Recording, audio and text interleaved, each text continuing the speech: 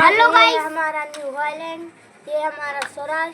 तो देखते हैं दोनों में से किसकी पावर ज्यादा है किसकी कम। चलिए तो चलो स्टार्ट करते हैं। और ये है अपना पार्ट 3।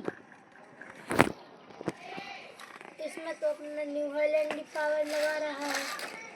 1 मिनट हम इस पर पत्थर रख दें। युगी आगे से उठ रहा है अभी भी। स्वराज को तो न्यू हॉलैंड ऐसे ही चुटकी में मसल रहा है, इसलिए हम इसको थोड़ा पीछे लाते हैं। दोस्तों बस टोचन ना टूट जाए, इसी की गलती हो जाएगी, वरना अभी दोस्तों न्यू हॉलैंड भी ले।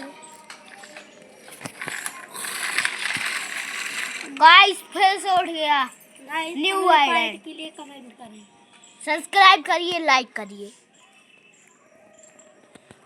2 जगह नहीं बोलो जाते हैं।